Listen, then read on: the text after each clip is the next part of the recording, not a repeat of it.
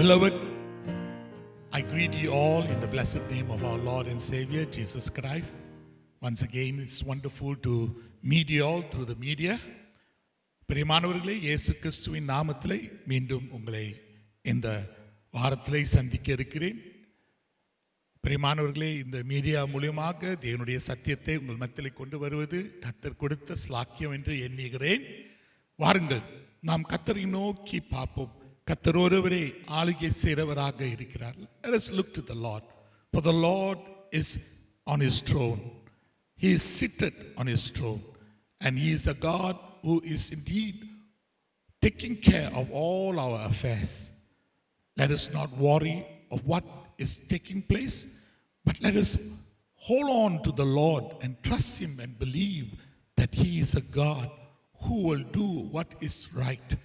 In its time, he will bring goodness, mercy, and also healing upon the nation. நாம் கர்த்தரை பிடித்துக் கொள்வோம். கர்த்தர் நல்லவர், அவர் மெய்யாகவே ஆளுகை செய்கிறவர், நம்முடைய வாழ்க்கையின் காரியத்தை விசாரிக்கிறவராக இருக்கிறார். கர்த்தர் அவருடைய நேரத்தில், அவருடைய காலத்தில் எல்லா காரியமும் நன்மையாய் முடித்து, எல்லா காரியமும் நமக்கு சுகமாக முடித்து, நம்முடைய தேசத்துக்கு அவர் நல்ல ஒரு இளைப்பாறுதலை கொண்டு வருவார், ஒரு சுகத்தை கொண்டு வருவார். நாம் விசுவாசிப்போமா? ஜெபிப்போம், ஆண்டவரை நோக்கி பார்ப்போம். அன்பின் ஆண்டவரே, இந்த நாளிலே உம்மையை நாங்கள் தேடி வருகிறோம். உம்முடைய தெய்வீக பிரசன்னத்தை அதிகமாக வாஞ்சிக்கிறோம், விரும்புகிறோம். சுவாமி, நீர் ஒருவரே எங்களுடைய தஞ்சம், அடைக்கலம், கோட்டையாக இருக்கிறீர். Lord, this very morning we want to look to you. We want to pray. We want to ask, Lord, that your blessed presence will abide with us, Lord. We know, Lord, man can fail us. Situation around us, circumstances around us will fail us, Lord. But we serve a God who doesn't fail. We serve a God who lives, and he lives within us, and he is our fortress. He is our deliverer, and he is indeed our rock. Rock of ages thou art, Lord. And we want to indeed, Lord, completely surrender ourselves before you, Lord, and pray and ask, Lord, that you will indeed help us, Lord, to move mountains, Lord, because in your name, Lord, as we pray in faith, Lord, mountains can be moved, Lord.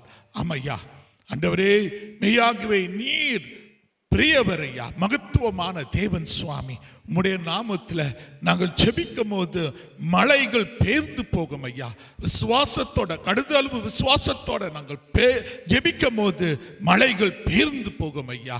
ஆண்டவரே, அதுக்காக நன்றி, ஸ்தோத்திரம் என்று சொல்லி இந்த நாளிலே சுவாமி, பிசாசுக்கு இடம் கொடுக்காதபடி, பிசாசுடைய செயலுக்கு நாங்கள் இடம் கொடுக்காதபடி, ஆண்டவரே உம்மையே நம்பி எங்களுடைய பிரயாணத்தை நாங்கள் செல்ல நீர் கிருபை தாரும் சுவாமி. Yes, Lord, let us not give the devil an inch, Lord. Let him, Lord, be defeated, Lord, and let us trust you, believe you, and commit our journey before you, Lord. For 40 years, Lord, you took care of the Israelites in the wilderness, Lord. And now, Lord, this COVID is nothing, Lord, and you will continue, Lord, to take care of your people, of your church, of your nation, Lord. ஆண்டவரே, அம்மையா, 40 வருஷம் சுவாமி இஸ்ரவேல் ஜனங்களை வனாந்திரத்திலே நீர் வழி நடத்தின தேவனாக இருந்தீரையா.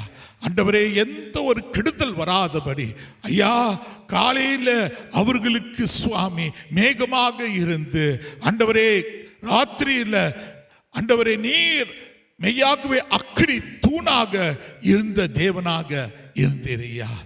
Lord, yes, in the morning, in the afternoon, Lord, you were like a pillar, of cloud, Lord, before them.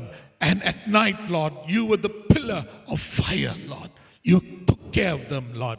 And we trust you, believe you, and we know you will take care of us, Lord. Our country is before you, Lord. And let Malaysia, Lord, be protected by you, Lord. Oh, yes, Jesus, we want to take authority over all work of darkness, Lord. அம்மையா, ஒவ்வொரு பிசாசனுடைய கிரியைகள், இருளின் கிரியைகள் நாங்கள் இந்த நாளில் சுவாமி அதம் பண்ணுகிறோம் ஐயா, மேற்கொள்கிறோம் சுவாமி. உம்முடைய நாமத்திலே அதை மேற்கொள்கிறோம் சுவாமி. ஜெயம், வெற்றி, கிறிஸ்துவின் நாமத்தில் இருக்கிறது ஒன்று. ஆண்டவரே உமே ஸ்தோத்திரம் பண்ணி கோடான கோடி நன்றி சொல்லி நாங்கள் வருகிறோம். இயேசுவின் நாமத்திலே நாங்கள் வேண்டி கேட்டுக்கொள்கிறோம். ஆமென், ஆமென். Beloved, now we are going to read the scripture portion, and today's scripture portion is taken from two places in the Bible. பிரியமானவர்களே, இந்த நாளிலே வேத வாசிப்புக்குள் நாம் கடந்து செல்ல இருக்கிறோம். ரெண்டு பகுதியிலிருந்து நாம் வாசிக்க இருக்கிறோம். முதல் பகுதி ஏசாயா 64வது அதிகாரம் 8வது வசனம். பிறகு எரேமியா 18வது அதிகாரம் 1லிருந்து 11 வரை நாம் வாசிக்க இருக்கிறோம். The first portion is taken from Isaiah chapter 64 verse 8, and the second portion is taken from Jeremiah chapter 18 verse 1 to 11. I read to you all both the portions in English.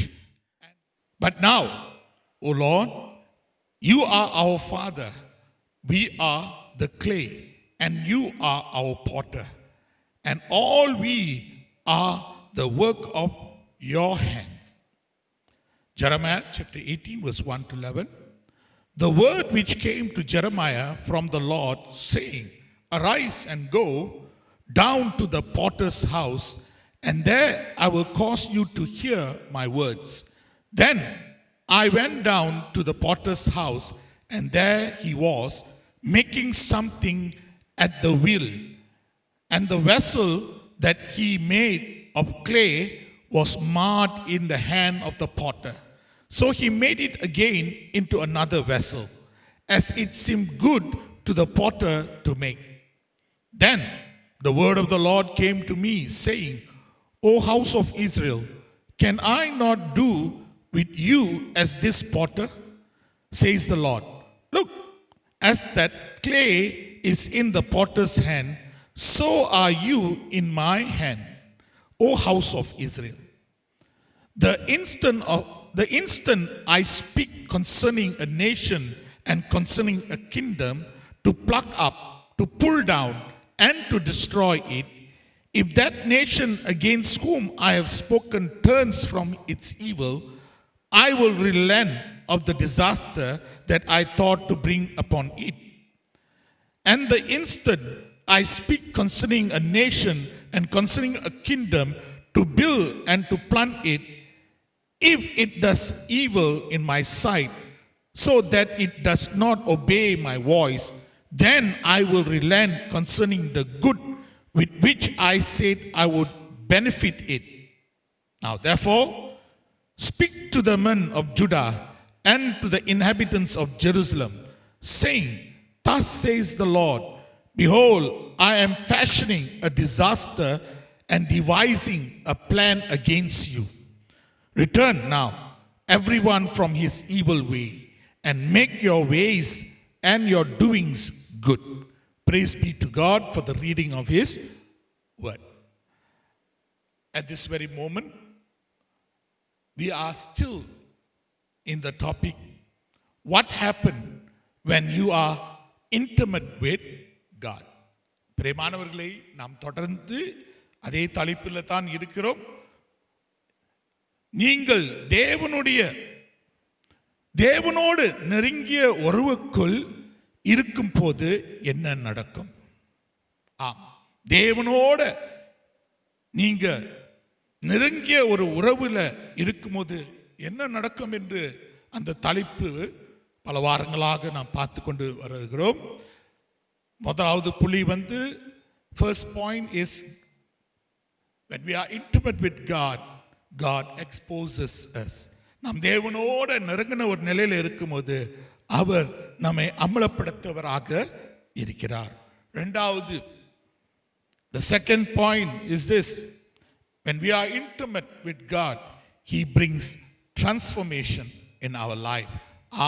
நாம் தேவனோட நெருங்கின ஒரு உறவில் இருக்கும்போது அவர் நம்முடைய வாழ்க்கையில மறுரூபத்தை உண்டு பண்ணக்கூடிய தேவனாக இருக்கிறார். மூன்றாவது புள்ளி, நாம் தேவனோட நெருங்கின ஒரு நிலையில இருக்கும்போது வெளிப்படுத்துதலை நமக்கு தரவராக இருக்கிறார். The third point is this: when we are intimate with Him, He grants us revelation. He grants us revelation. And the fourth point that we saw is that when we are intimate with God, He gives us boldness and the power to witness. He gives us the boldness and the power to witness. நாலாவதாக நாம் பார்க்க இருக்கிற காரியம் என்னென்றால், நாம் தேவனோடு நெருங்கின ஒரு உறவுல இருக்கும்போது அவர் நமக்கு தைரியத்தையும் வல்லமையும் சாட்சியிட தைரியத்தையும் வல்லமையும் தரக்கூடிய தேவனாக இருக்கிறார். இன்றே நாம் பார்க்கக்கூடிய ஐந்தாவது காரியம் என்ன என்றால், the fifth area today we are seeing, this will be indeed in two parts. The first part is this, and the theme is this: shaping and equipping for heaven. When we are intimate with God, God will shape us and equip us for heaven. ஆம் பிரியமானவர்களே, ஐந்தாவது புள்ளி, இது ரெண்டு பகுதியாக இந்த பிரசங்கம் இருக்கும். ஆனா அதனுடைய தலைப்பு கர்த்தர் நம்மை உருவாக்கி பிறகு பரலோகத்துக்கு ஆயத்தப்படுத்தவராக இருக்கிறார். இல்ல, பரலோகத்துக்கு உருவாக்கி ஆயத்தப்படுத்துற தேவனாக அவர் இருக்கிறார். Shaping and equipping for heaven. For heaven. You and I must realize that we do not shape ourselves, and neither do we decide on our destination. பிரியமானவர்களே, நீங்களும் நானும் உணரணும். என்ன உணரணும்னா, நம்முடைய வாழ்க்கையில நாம் நம்மை உருவாக்குறது இல்லை, நம் வடிவு அடையக்கூடிய நிலையில நம்மை உருவாக்குறது இல்லை. அதே நேரத்தில் நம்ம எங்க போறோம் என்று நாம் தீர்மானிக்கிறது இல்லை. நம்மை வடிவு அமைப்பக்கூடிய இருக்கிறவர் நம்முடைய தேவன். நாம் எங்க போறோம், நம்மை கொண்டு போறவும் அவராக இருக்கிறார். நான் போகிறேன், இயேசு சொல்கிறார், ஆனா நான் வருகிறேன். நான் வரும்போது நான் எங்க போகிறேனோ அங்க உங்களையும் நான் எடுத்துக்கொள்வேன் என்று இயேசு சொன்னவராக இருக்கிறார். Yes, Jesus, our Lord, He says, I'm going. Where I'm going, now you won't come. But I will come back. And when I come back, I will take you where I went. Yes, the Lord is coming. And when He comes, He's going to take us to the very place where He has gone. That is heaven. அது பரலோகம் என்று நாம் அறிந்தவர்களாக இருக்கிறோம். இன்றைய தினத்தில் Isaiah 64:8 நாம் வாசிக்கிறது, அங்க தெளிவாக ஆண்டவர் சொல்லுகிறார். என்ன சொல்லுகிறார்? அவர் கைவசை, அவருடைய கைவசை நாமாக இருக்கிறோம், அந்த களிமான். In Isaiah 64:8, there the scripture clearly tells us that as clay in God's hand, we are His workpiece. As clay in God's hand, we are His workpiece. அவருடைய கையில் இருக்கிற களிமண் நாம் அவருடைய கிரியையாக இருக்கிறோம். பிரியமானவர்களே, brothers and sisters, we are all shaped by God and not by ourselves. சகோதரர்களே, இந்த நாளில் நாம் உணரணும், நாம் கர்த்தரால் வடிவு அமைக்கப்பட்டவர்களாக இருக்கிறோம். நீங்களும் நானும் நம்முடைய இஷ்டத்துக்கு விருப்பத்துக்கு கூடிய நிலையில உருவாக்கப்படவில்லை. கர்த்தர் அவர் சித்தம் கொண்டு அந்த வடிவில் நம்மை படைத்தவராக இருக்கிறார். Today's message, we are going to look at God being the potter who fashioned us or shaped us. இன்றைக்குரிய செய்தி என்ன என்றால், கர்த்தர் மெய்யாகவே களிமண்ணாக இருக்கிற நம்மை வடிவு அமைத்தவராக இருக்கிறார். அந்த வடிவு அமைத்தக்கூடிய காரியத்தில் நாம் பேச ஒரு நிலையில இருக்கிறோம் என்று உங்கள் மத்தியிலே நான் சொல்ல விருப்பப்படுகிறேன். In Jeremiah chapter 18, God is telling Jeremiah to go to the potter's house and there he will speak to him. எரேமியா 18ல நாம் வாசிக்கிறோம். அங்கு ஆண்டவர் எரேமியாவுக்கு சொல்லுகிறார். என்ன சொல்லுகிறார்? நீர் குயவனுடைய வீட்டுக்கு போ, அங்க நான் உன்னோட பேசுவேன் என்று அவர் சொல்லுகிறார். As Jeremiah was there in the potter's house, he saw the potter doing something in the wheel. எரேமியா இவ்விதமாக அந்த குயவன் வீட்டுக்கு போகும்போது அங்க குயவன் சக்கரத்துல ஏதோ செய்யக்கூடிய ஒரு நிலையில இருந்தான். As Jeremiah was there in the potter's house, as he was seeing the potter doing something in the wheel, the vessel that the potter made out of clay was marred in his hand. ஆம், எரேமியா அந்த குயவனுடைய வீட்டில் இருக்கும்போது அந்த குயவன் களிமான் எடுத்து அதை அவன் ஒரு காரியத்தை, ஒரு பாத்திரத்தை உருவாக்கக்கூடிய நிலையில இருக்கும்போது அந்த களிமான் அவருடைய கையில் அப்படியே வீணாக போன நிலையில காணப்பட்டது.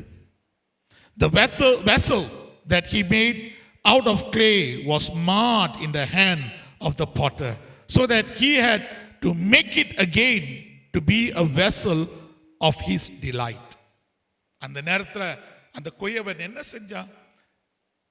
அவனுக்கு சரியாத நிலையில வணங்கி கொடுக்காத அந்த களிமண்ணை எடுத்து திரும்ப அந்த சக்கரத்தில் போட்டு அவன் நல்ல ஒரு அழகான ஒரு பாத்திரமாக, அவனுடைய உள்ளத்துக்கு இணைங்க ஒரு பாத்திரமாக அவன் மாத்தினது என்று நாம் பார்க்க இருக்கிறோம்.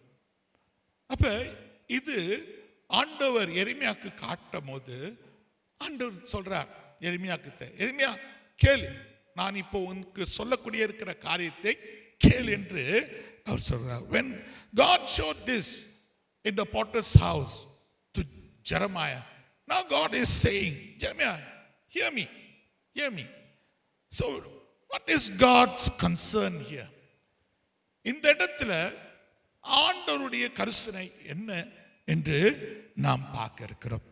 God's concern here is that as the potter had the right to redo the clay that was in his hand into a vessel he wants, so God is saying to Israel that you are also that clay in my hand.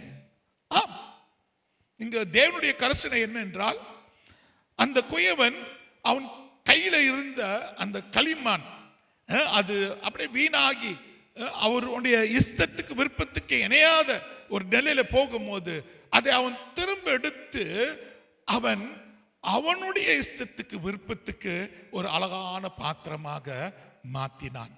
அப்ப ஆண்டவர் சொல்றார், Israel ஜனங்களும் இவ்விதமாக இந்த களிமண் போல, ஆம், அந்த குயவனுக்கு இருக்கிற அந்த அதிகாரம் என்ன அதிகாரம்? அந்த களிமண்ணை திரும்ப எடுத்து அவன் விருப்பத்துக்குரிய இருக்கிற ஒரு பாத்திரமாக அவன் உருவாக்கினான். அந்த அதிகாரம் யாருக்கு இருக்குது? தேவனுக்கும் இருக்குது என்று கர்த்தர் சூட்டி கற்ற ஒரு காரியமாக இருக்குது. To shape and to reshape is God's prerogative. தேவஜனமே, வடிவு அமைப்பதும் மீண்டும் வடிவு அமைப்பதும் அது கர்த்தருடைய அதிகாரம். ஆம், அது அவருடைய உரிமை. நீங்களும் நானும் சொல்ல முடியாது, இல்ல இஸ்ரேல் சொல்ல முடியாது, யூதா சொல்ல முடியாது. என்ன சொல்ல முடியாது? ஆண்டவரே, நீங்க எப்படி என்னை இப்படி வடிவு அமைத்து தெருகு உடைச்சு திரும்ப வேற விதத்தில் வடிவு அமைக்கிறீங்க இல்லைங்க. அது கர்த்தருடைய உரிமை. அந்த உரிமையை நாம் அவர்கிட்ட பறிக்க முடியாது. குயவனை பார்த்து, அந்த களிமான் குயவனை பார்த்து ஏன் இப்படி செஞ்சேன்னு சொல்லவே முடியாது. The clay cannot look at the potter and say, why do you shape me in this way? It has no right. The right or the prerogative of shaping the clay is in the potter's hand. Likewise, God says, for me to shape Israel and Judah is in my hand. So today, church, first and foremost, we need to realize and understand We are all like that clay in his hands. We must understand are his workpiece. நீங்களும் நானும் யாருடைய செயலாக இருக்கிறோம்? கர்த்தருடைய செயலாக இருக்கிறோம். ஆனா இங்க இந்த வசனத்துல 18வது வசனத்துல என்ன நடக்குதுன்னா, அங்க ஆண்டவர் வருத்தப்படுகிறார். ஏனென்றால் இஸ்ரவேல் ஜனங்களும் யூதாவும் அவர்கள் கேள்வி கேட்கக்கூடிய நிலையில இருக்கிறவர்களாக இருக்கிறார்கள். அது மட்டுமல்ல, அவர்களுடைய வாழ்க்கையில அவர்கள் தேவன் உருவாக்கப்படக்கூடிய விருப்பப்படக்கூடிய ஒரு களிமண்ணாக இல்லாதவர்களாக காணப்பட்டார்கள். தேவனே, ஆண்டவர் சொல்லுகிறார், இப்போ ஒரு தேசம் அவர் சொன்ன பிரகாரமாக காரியம் செய்யவில்லை என்றால், அக்கிரமமாக நடந்து கொண்டால் ஆண்டவர் அது பிடுங்கி எறிவார் என்று சொல்லுகிறார். ஆண்டவர் அந்த ஜனங்களை அவர் கீழே கொண்டு வருவார் என்று சொல்லுகிறார். அழித்திருவார் என்று சொல்லவராக இருக்கிறார். God has told that if a nation would not adhere to him, what will he do to that kingdom? He will pluck up, pull down and destroy it, scripture says.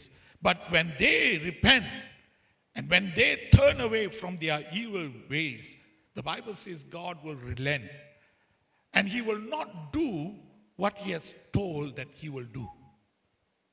But when a nation says they will do it, they will indeed be good. But after that, if they don't, when God says, I will not destroy this nation, I will not pull out, I will not pluck them out. And when they go against God, God says, I will pluck them, pull them down and destroy them. Yes, for God, your deeds count, your works count. That's why in verse 11, second part, God says, return now everyone from his evil way and make your ways and your doing good. Yes, God wants us to return. ஆண்டவர் என்ன சொல்லுகிறார்? அப்படி ஒரு தேசம், ஒரு ராஜ்யம் அவருக்கு விரோதமாக அவர்கள் நடந்து கொள்ளும் போது அவர்களை பாதுகாக்குவார், பராமரிப்பார் என்று சொல்ல தேவன் அவங்களுடைய அக்கிரமமான செயலை பார்த்து, அவர்களுடைய கீழ்ப்படியாமை பார்த்து ஆண்டவர் அவர் சொல்றார், நான் புடுங்கி போட்டுருவேன், நான் கீழே கொண்டு வருவேன், அதே சமயத்தில் அவங்களை அழிச்சிடுவேன் என்று சொல்லுகிறார். ஏனென்றால் 11வது வசனம் 2வது பகுதியில் சொல்லப்படுது, திரும்புங்கள், ஆம் உங்களுடைய அக்கிரமமான வழியிலிருந்து திரும்புங்கள், உங்களுடைய வழிகளையும் உங்களுடைய செயல்களையும் அது நன்மையாய் மாற்றிக்கொள்ளுங்கள் என்று கர்த்தர் சொல்லுகிறார். தேவஜனமே, உங்களுடைய வழிகள் உங்களுடைய செயல்கள் அது நன்மையான வழியாய் இல்லை என்றால் ஆசீர்வாதம் வராது, ஆனா சாபம் தான் வரும். ஆனா தவறான வழியிலிருந்து, அக்கிரமமான வழியிலிருந்து நீங்கள் மாறி திரும்பி வரும்போது தேவன் அவர் அக்கிரமத்தை அவர் உங்களை அழிக்கக்கூடிய அந்த நினைவிலிருந்து மாறி உங்களை ஆசீர்வதிக்கிற தேவனாக இருப்பார், சாபத்தை கொடுக்க மாட்டார். அப்ப நம்முடைய வழிகளும் நம்முடைய செயல்கள் தேவனுக்கு முன்பாக ரொம்ப ரொம்ப முக்கியமாக இருக்குது. If the clay continue to be marred in the potter's hand, then there is a defect in the clay. பழுதுபட்ட ஒரு களிமண்ணாக அந்த களிமண் குயவனுடைய கையில தொடர்ந்து இருந்துச்சுன்னா ஏதோ ஒரு பிரச்சனை அந்த களிமண்ல இருக்குது என்று நாம் நம்பியிருக்கிறோம். Probably it is not pure. என்னன்னா அது தூய்மையான ஒரு களிமண்ணாய் இல்லாம இருக்கலாம். There can be other properties that are hindering the clay from shaping to the desire of the potter. வேற அந்த களிமண் வேற கல்லோ மண்ணோ மற்ற காரியத்துல அதாவது பூமியில இருக்கிற கொடியோ இப்படிப்பட்ட சூழ்நிலை நிறைந்த ஒரு களிமண்ணாய் இருக்கலாம். அப்படி இருக்கும்போது அதுல தூய்மை இல்லை என்று நாம் பார்க்க இருக்கிறோம். அப்படி இருந்தால் என்னங்க, it's that kind of clay it becomes. What is that? What is that? அது என்ன என்று நாம் பார்க்கக்கூடிய நிலையில இருக்கிறோம். முதல் காரியம், it can be self will. self will. முதல் காரியமாக நம்ம அது களிமண் பழுதுபட்ட களிமான் என்று நாம் சொல்லும் போது அந்த பழி அதாவது சரியா இல்லாத இந்த களிமான் அது எப்படி நம்ம சொல்லலாம்னா அது சுய சித்தம் நிறைந்த ஒரு களிமானாய் காணப்படலாம். When we talk about it not being pure, that it is mixed with other properties. And what is that? When we look in terms of Israel and us, it can be self-will. சுய சித்தம் என்று சொல்லக்கூடிய ஒரு காரியமாக இருக்குது. In being clay, you and I cannot have our own will. பிரியமானவர்களே, நீங்கள் நானும் உணரக்கூடிய ஒரு காரியம் என்ன என்றால், களிமான் என்று சொல்லும் போது அவருடைய கையில் இருக்கிற களிமான் அவர் விருப்பத்துக்கு இஷ்டத்துக்கு வணியக்கூடிய இருக்கிற களிமான் என்று சொல்லும் போது நமக்குள்ள சுய சித்தம் இருக்க முடியாது. தேவ சித்தம் சுய சித்தம் ரெண்டு சித்தமும் இருக்கணும்னா அது நடக்கிற ஒரு காரியம் இல்லை. களிமானுக்கு சித்தமே இல்லை. When we talk about the clay has no will at all. But God created us with a will. ஆண்டவர் நம்மை படிக்கும் போது ஒரு சித்தத்தோடு நம்மளை படித்தார். அப்ப நீங்களும் நானும் என்ன செய்யணும்? ஆண்டவருக்கு முன்பாக நம்முடைய தரம் என்ன என்று உணர்ந்து நாம் கர்த்தருக்கு சொல்லணும், ஆண்டவரே நான் அல்ல, நீர் என்னை படைத்தவர். Lord, it is not I who created you, you created me. Today, if I am a human being, it's because you fashioned me like that. ஆண்டவரே, இன்னைக்கு நான் ஒரு மனுஷனாக இருக்கிறேன்னா, ஜீவ ஆத்மாக இருக்கிறேன்னா நீர் காரணகர்த்தர், என்னை உருவாக்குனவர் நீர். ஆகையால் இங்க என்னுடைய சித்தம் அல்ல சுவாமி, உம்முடைய சித்தம் ஆக கடவுது. அதுதானே இயேசு சொன்னார். Now when Jesus came as a human being in this world, at Gethsemane when he prayed, he didn't pray and say, no Lord, my will, not your will. He says, no Lord, not my will, but thy will be done. So as clay, we need to realize our first thing is we should surrender ourselves to God. ஆம், களிமானாய் இருக்கிற நாம் முதல் காரியமாக நாம் உணர்ந்து அறியக்கூடிய ஒரு காரியம் என்னென்றால், நாம் அவருடைய சுய சித்தத்துக்கு நம்மை ஒப்பு கொடுக்கிறவர்களாக இருக்க வேண்டும், சரணமடைய இருக்கிறவர்களாக இருக்க வேண்டும். எப்படி? முழுமையாகவே சரணமடைய வேண்டும்.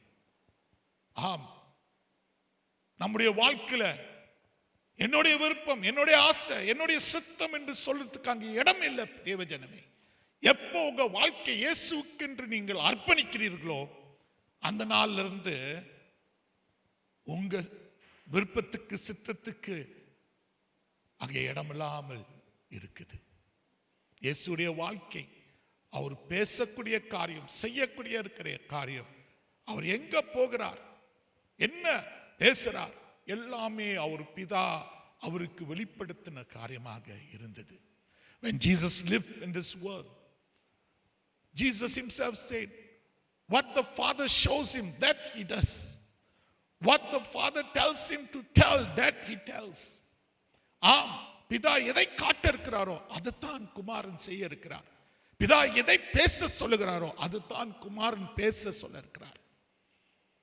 இன்னைக்கும் இந்த சத்தியமும் இப்போ உங்க மத்தியிலே நான் பேசுகிறேன் என்றால் அதிகமாக ஜெபத்துல ஆண்டவர்கிட்ட தரித்து ஆண்டவரே உம்முடைய மக்கள் மத்தியில என்னத்தை பேசணும் ஐயா, என்னத்தை பேசணும், உம்மோட நெருங்கின ஒரு நிலையில அவர்கள் வரணும்னா தலைப்புல நீங்க போட்டிருக்கீங்க, நீங்க வடிவு அமைப்பீர்கள், நீங்க அவர்களை பரலோகத்துக்கென்று ஆயத்தப்படுத்துவீர்கள் என்று.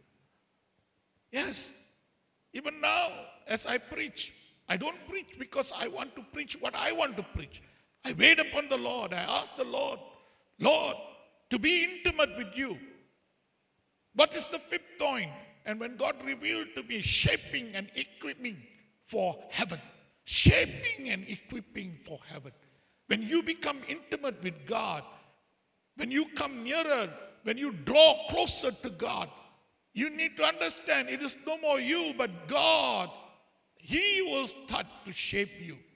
He will start to talk to you and He will tell you how you should be, where you should go, what you must do.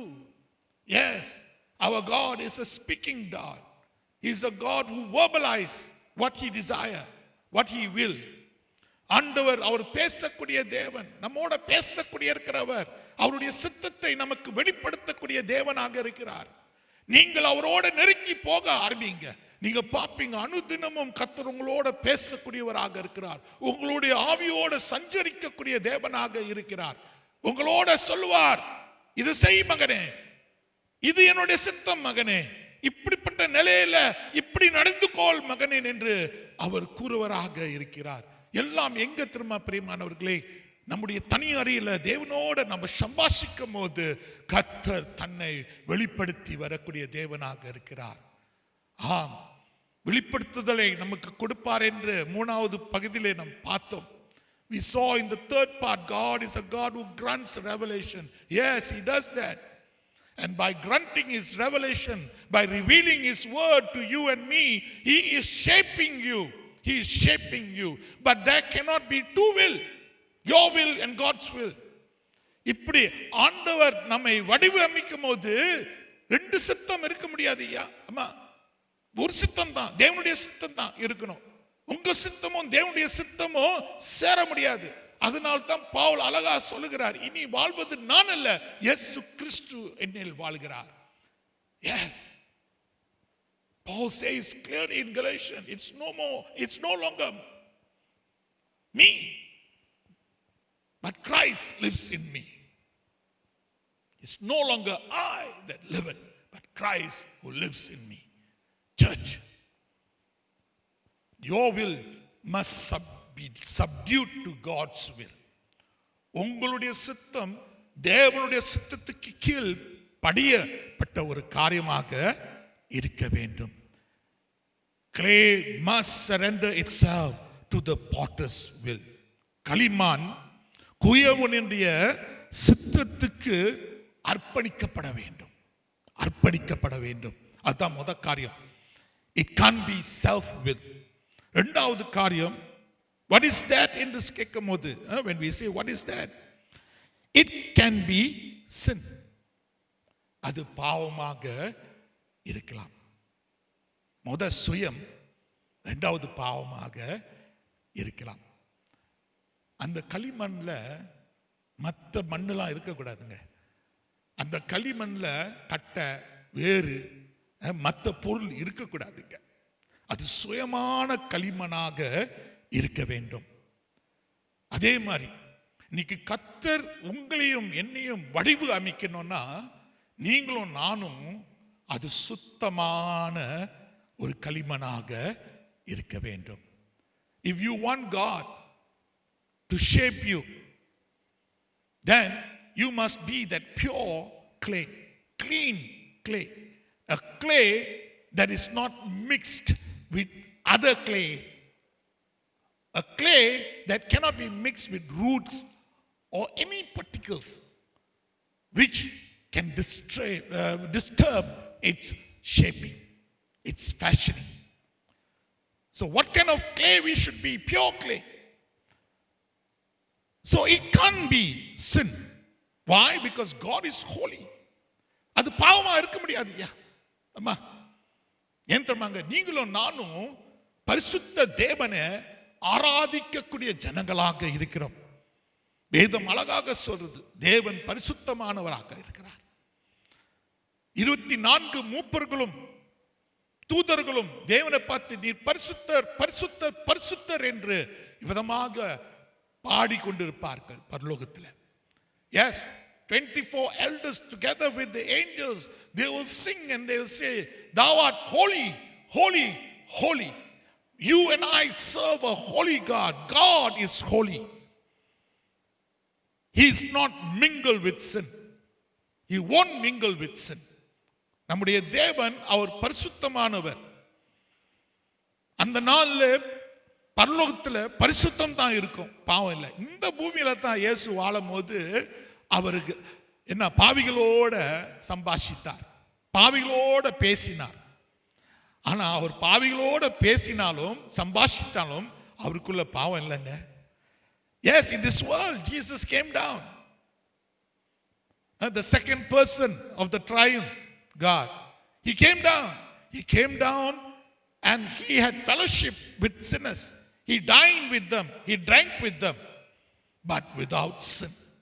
You and I must realize, without sin. There was no sin in him. Many times I've told you all, Jesus hates sin but loves sinners.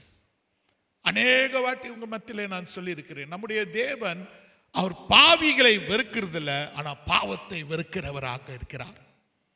அவர் பரிசுத்தமான தேவன், பாவத்தோட கலந்து இருக்க மாட்டார். ஆகையால் தேவ ஜனமே, நீங்களும் நானும் இதை உணர வேண்டும். பாவத்தை விட்டு விலகணுங்க.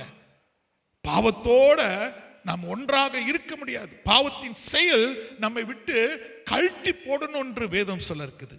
The Bible says, put off the work of the flesh.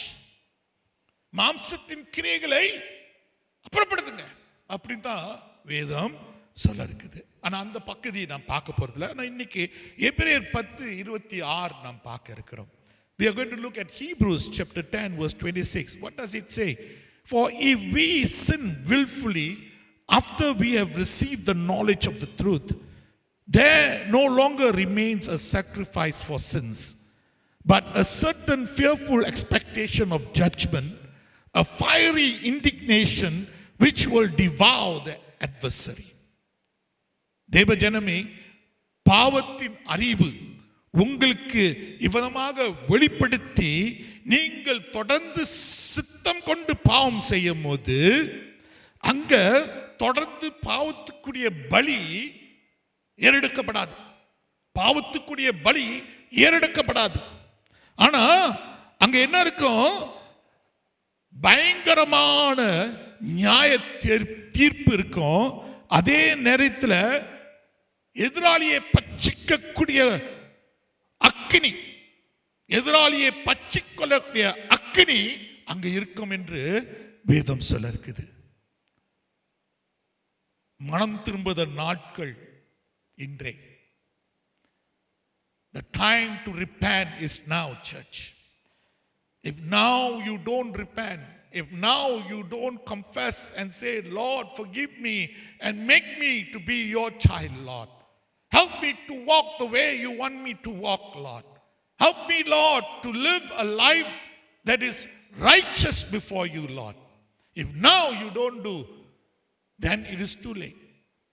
The moment you die, there is no more or no longer sacrifices for sin. Jesus is our sacrifice. இயேசு கிறிஸ்து நம்முடைய பலியாக இருக்கிறார். இந்த உலகத்தில் எந்த நேரத்திலையும் ஆண்டவருக்கு முன்பாக நாம் பாவ மன்னிப்பு கேட்கும் போது அவர் நம்மளை மன்னிக்கிறவராக இருக்கிறார். அந்த கள்ளன் மறந்துடாதீங்க, சிலுவையில 3 பேர் தொங்கினார். இயேசு 2 கள்ளன். ஒரு கள்ளன் மனம் திரும்பினான், ஒரு கள்ளன் மனம் திரும்பல. ஆனா அந்த மனம் திரும்பின கள்ளனை பார்த்து ஆண்டவர் சொன்னார், இன்றே நீ என்னோட பரதேசில இருப்பாய். Yeah, there was 3 crosses. One was borne by Jesus, 2 were borne by the thieves. One repented, the other didn't. The one who repented said, remember me, Jesus. And Jesus said, today you will be with me in paradise. Yes, as long as you live in this world, when you repent, when you repent of your sin, God will relent of the evil that He wants to do unto you.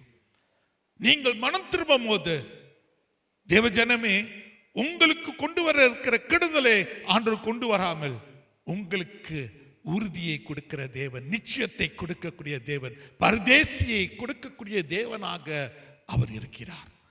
ஆகையால் இந்த நாள்ல யார் சரி, யாரு correct, யாரு ஒழுங்கு அப்படின்னு பார்க்காதீங்க பிரியமானவர்களே. நம்முடைய வாழ்க்கை தேவனுக்கு முன்பாக சரியா இருக்கிறோமா? பாவம் நிறைந்த ஒரு வாழ்க்கையை வாழ்ந்து கொண்டிருக்கிறோமா? இல்ல தேவனுக்கு பிரியமான ஒரு வாழ்க்கையை நாம் வாழ்ந்து கொண்டு வருகிறோமா? பாவம் இருக்கும் போது ஆண்டவர் நம்மை வடிவி அமைக்க முடியாது. பாவத்தோட தேவனுக்கு முன்பாக நீங்க போகும்போது அறிக்கை இடணுங்க. உங்களுடைய தப்பிதுகளை மனஸ்தாபப்பட்டு ஆண்டவருக்கு முன்பாக அழுந்து வரணுங்க.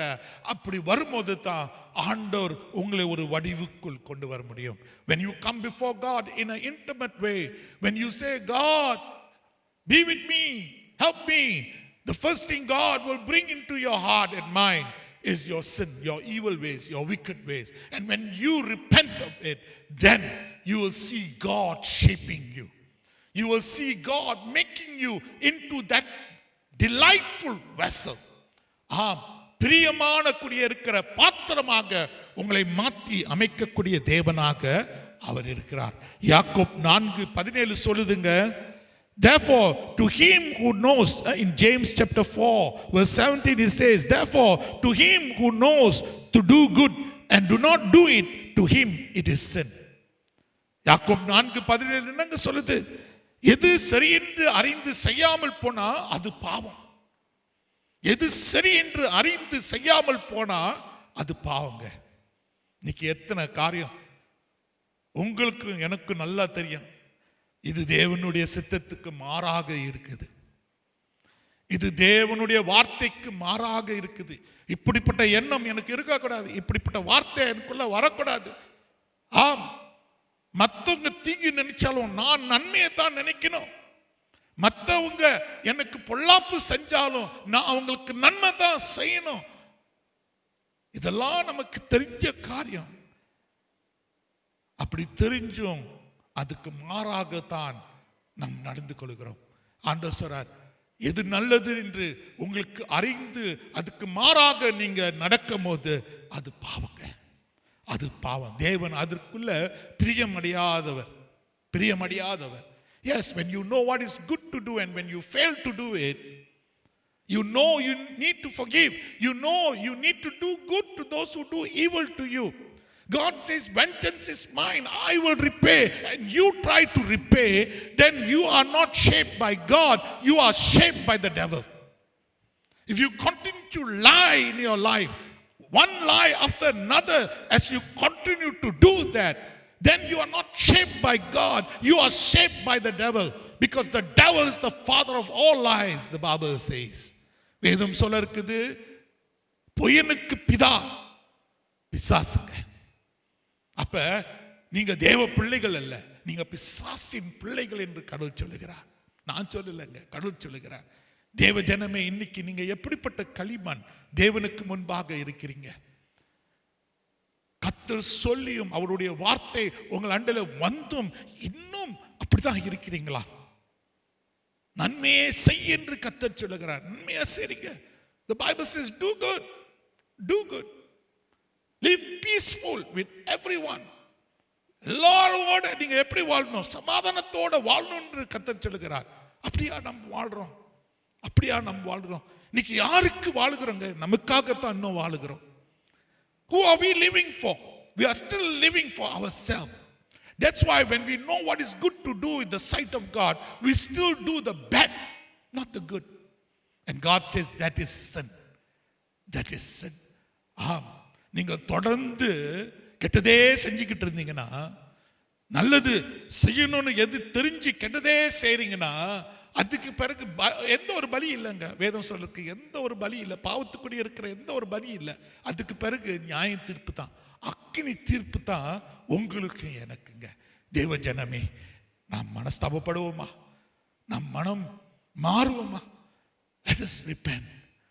Let us return. Oh yes, God wants us to repent and to return to him. God wants us to be that pure clay that he can shape,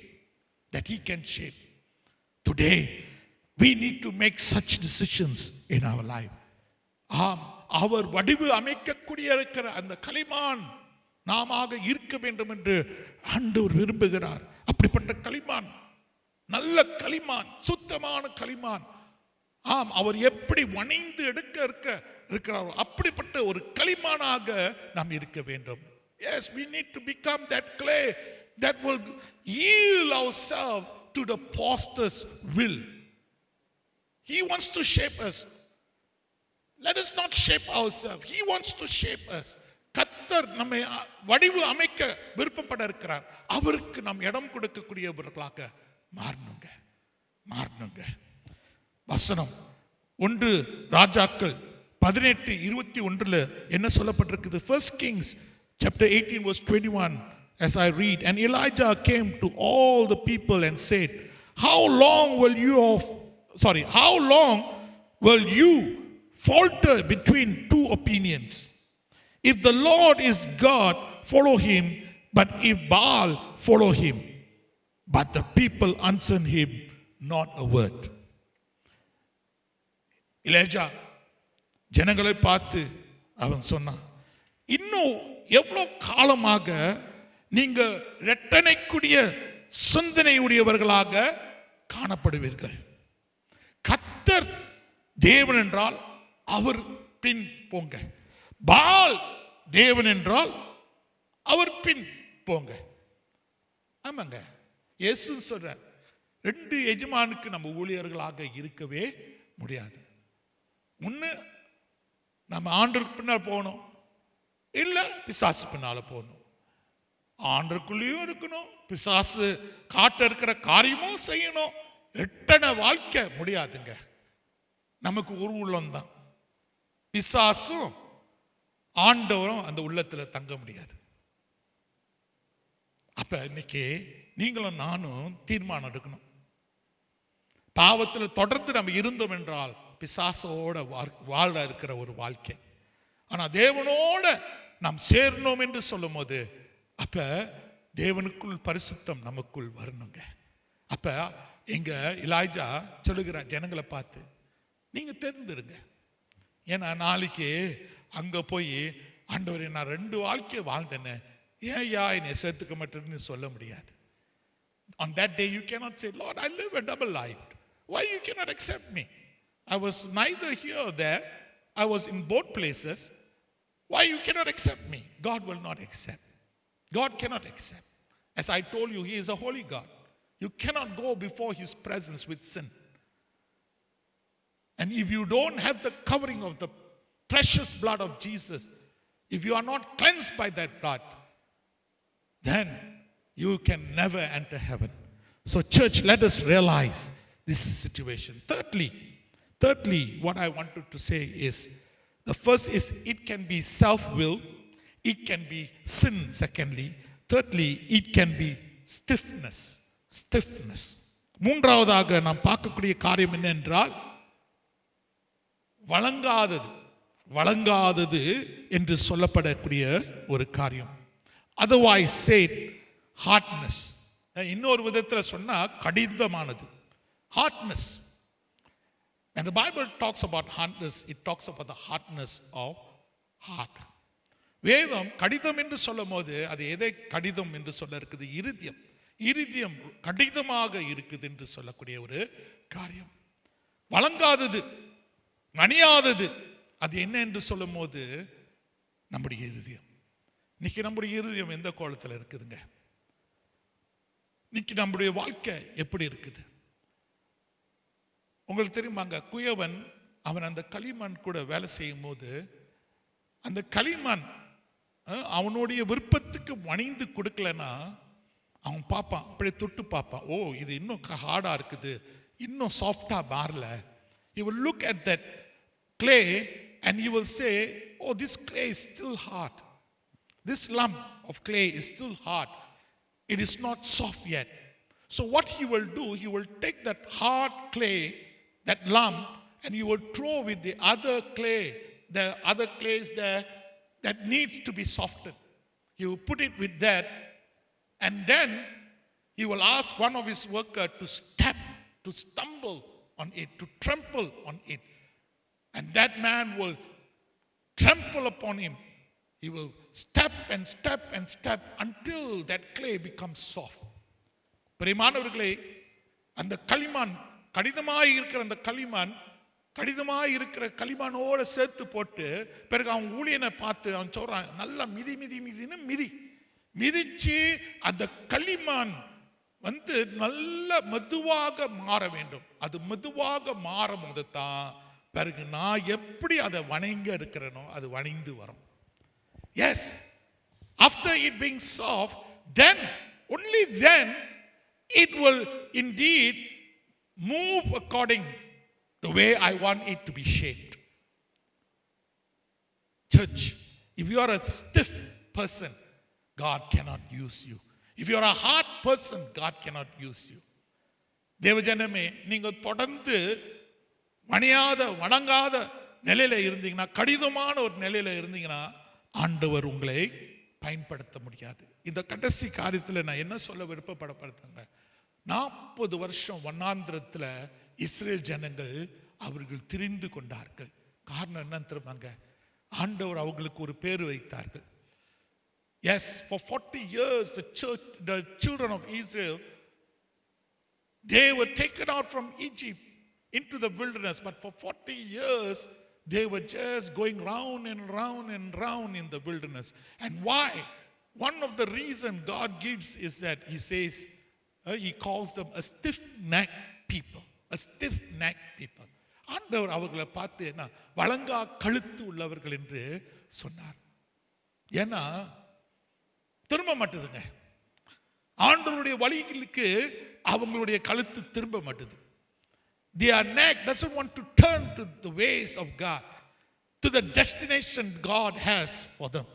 ஆண்டவர் வைக்கப்பட இருக்கிற அந்த திசைக்கு திரும்ப மாட்டுதுங்க. வேகுபாறை அனுப்புறார், 12 பேர் அனுப்புறார். அதுல 2 பேர் தான் சொல்றாங்க அது நல்ல ஒரு தேசம், அருமையான தேசம், கடவுள் அந்த தேசத்தை நமக்கு கொடுப்பார். மற்ற 10 பேர் சொல்றாங்க, என்ன சொல்றாங்கன்னா நல்ல தேசம், அருமையான தேசம், அதோடைய காய்கறி பழங்கள்லாம் பார்க்கும்போது அருமையா இருக்குது. ஆனா அங்க வாழ இருக்கிறவங்க ராட்சசர்கள், முடியாது, அவங்கள நம்ம வெல்ல முடியாது. ஆம், அவர்கள் திரும்ப எங்க பார்க்கறாங்க, எகிப்து தான் பார்க்கறாங்க. கானா ஊர்ல நுழையணும்னு மனசு இல்லாதவர்களாக இருந்தார்கள். மனசுல கடிதம், கழுத்து திரும்ப மாட்டுது, தேவனுடைய திசைக்கு திரும்ப மாட்டுது. அப்படி திரும்பாதனால தான் தேவ ஜனமே அவர்கள் அந்த வாக்குத்தத்தம் தேசத்துக்குள்ள நுழைய முடியாத ஜனங்களாக காணப்பட்டார்கள். Yes, 12 spies. Moses said, only 2, Caleb and Joshua, is the one who says it's a good land, wonderful land. Look at the fruits that we have brought. God will give this land to us. But the other 10, what they said was, no. It's a good land, wonderful land.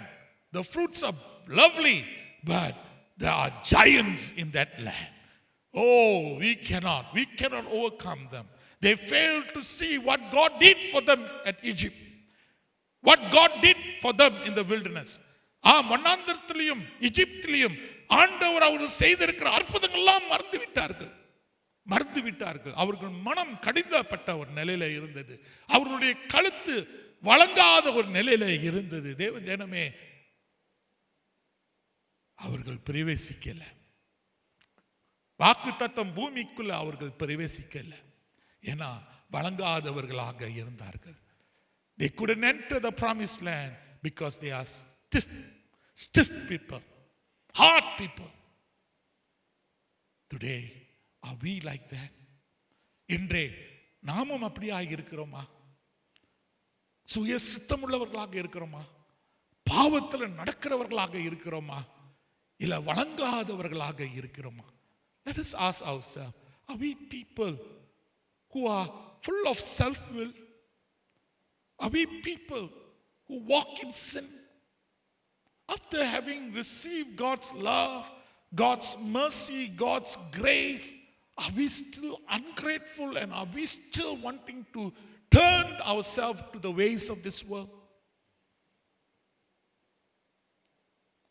Is Egypt calling us? Egypt இன்னும் நம்மை கூப்பிட்டு கொண்டிருக்குதா? உலகம் இன்னும் நம்மை கூப்பிட்டு கொண்டிருக்குதா? தேவஜனமே, நம்ம பல்லோத்துக்குரியவர்களாக இருக்க வேண்டும். நம்முடைய கழுத்து எங்க இருக்கணும்? பல்லோத்துக்கு நேராக இருக்கணும். Where must our neck be looking at? Our neck cannot look, but our neck must help our head, where our eyes is turning towards the heavens, turning towards spiritual things, not earthly things, carnal things. Yes. Are we still being stiff people? Stiff-necked people? We need to ask. This message might come very hard to you all, but this is God's word. You want to be intimate with God, then your life must be twined with God's will, not your will. Your life must be after God, after holiness. Your life must turn towards heaven. God has a destination for you and me, and that destination is heaven. So today, the first thing we are looking, if we want to be intimate with God, He is a God who shapes us. He is a God who shapes us. இன்றே நாம் பார்க்கக்கூடிய காரியம் என்ன தெரியுமாங்க? பிரியமானவர்களே, நாம் தேவனோட நெருங்கின ஒரு உறவுல நம்ம இருக்கணும்னா ஆண்டவர் நம்மை வடிவு அமைக்க விருப்பப்படக்கூடிய தேவனாக இருக்கிறார். அதுக்கு நம்ம இடம் கொடுக்கணுங்க.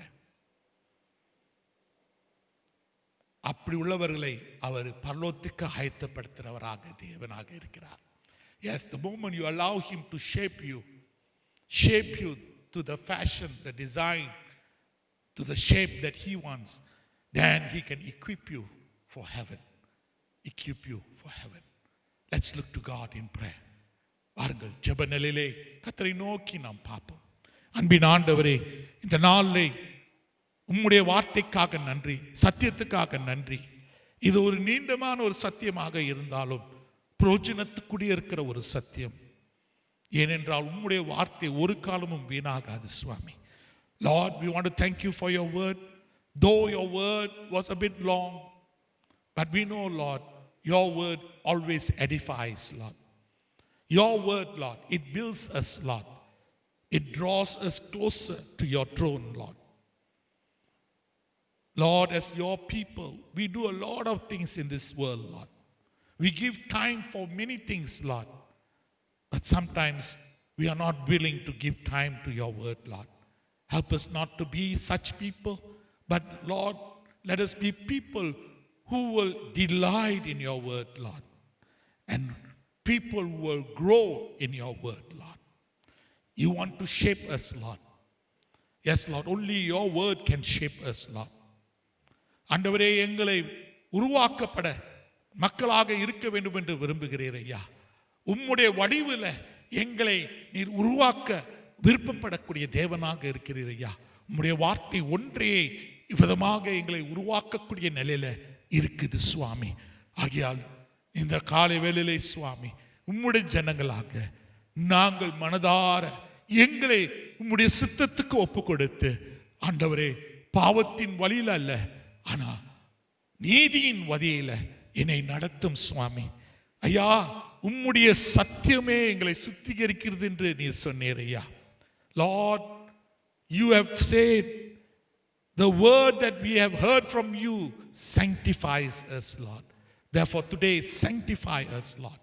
Daily, Lord, let your word, Lord, do the cleansing work, Lord, so that we will be shaped for righteousness, Lord. Amaya, நீதிக்கென்று வடிய அமைக்கக்கூடிய மக்களாக நாங்கள் இருக்கத்தக்க எங்களை நீர் நடத்தி வாரும் சுவாமி. ஆண்டவரே, எங்களுடைய சித்தம் அல்ல, உம்முடைய சித்தமே எங்களுடைய வாழ்க்கையில பரிபூர்ணமாக காணப்படத்தக்க நாங்கள் ஜெபிக்கிறோம். Lord, at this very moment we are saying, not my will but thy will, Lord. Thy will to be done, Lord. Thy will, Lord, to be displayed in fullness in us, Lord. Lord, help us, Lord, Help us to pull away, Lord, from this wretched world, Lord. Let us, Lord, be pulled away, Lord, from our wants and fancies, Lord. ஆமையா, இந்த உலகத்திலிருந்து, எங்களுடைய விருப்பத்திலிருந்து, சித்தத்திலிருந்து, ஆசையிலிருந்து நாங்கள் இவ்விதமாக புடுங்கப்பட்டவர்களாக ஆண்டவரே உமக்கென்று எல்லா விதத்திலே பணிந்து ஒப்பு கொடுக்கப்பட்டவர்களாக நாங்கள் இருக்கத்தக்க ஜெபிக்கிறோம், ஒப்பு கொடுக்கிறோம். டிஎம்சி கிளாங், டிஎம்சி பாட் கிளாங் நீர் ஆசீர்வதிக்க வேண்டும் ஐயா. இந்த செய்தி உம்முடைய பிள்ளைகளுக்கு சேரும் போது ஆண்டவரே அவர்கள் உணர்ந்தவர்களாக, ஆம் நான் கர்த்தருடைய பிள்ளை, கர்த்தருடைய வார்த்தைக்கு இணங்க பிள்ளை அப்படின்னு சொல்லத்தக்க, நான் கர்த்தரால் உருவாக்கப்பட்ட பிள்ளை, வடிவு அமைக்கப்பட்ட பிள்ளை என்று அவர்கள் சொல்லத்தக்க அவர்களுக்கு உதவி செய்யும். Yes Lord, let the people who hear this message, Lord, both TMC Klang and TMC Pot Klang, Lord, let them say, Lord, I am a child of God, I belong to God, I'm shaped by the word of God. What God desire, delight, that is my desire and delight, because I am a clay in the potter's hand. ஏனென்றால் குயவன் கையில் இருக்கிற களிமண் நான். இயேசுவின் நாமத்திலே வேண்டி கேட்டுக்கொள்கிறேன். ஆமேன், ஆமேன். பிரியமானவர்களை, ஆசீர்வாதத்தை பெற்றுக்கொள்வோம். நம்முடைய ஆண்டவராகிய இயேசு கிறிஸ்துவுடைய கிருபையும் பிதாவுடைய அன்பும் பரிசுத்த ஆவியுடைய அன்னுடைய ஐக்கியமும் என்றும் சதாகாலம் நம்மோட இருந்து எல்லா நிலையிலும் சூழ்நிலையும் கர்த்தருடைய ஆதரவு நமக்கு வரத்தக்கதாக ஆண்டவர் ஒருவரே நம்மை வாழ்த்தத்தக்கதாக. ஆமேன், ஆமேன். என் ஆத்மாவே கர்த்தரை ஸ்தோத்ரி, என் முழுமே பசு நாமத்தை ஸ்தோத்ரி. என் ஆத்மாவே கர்த்தரை ஸ்தோத்ரி, கர்த்தர் செய்த சகல உபகாரமே மறவாதே. ஆமேன், ஆமேன். God bless each one of you all. Continue to stand firm in God and in His word, and He will raise you up. God bless you. God bless you. Amen.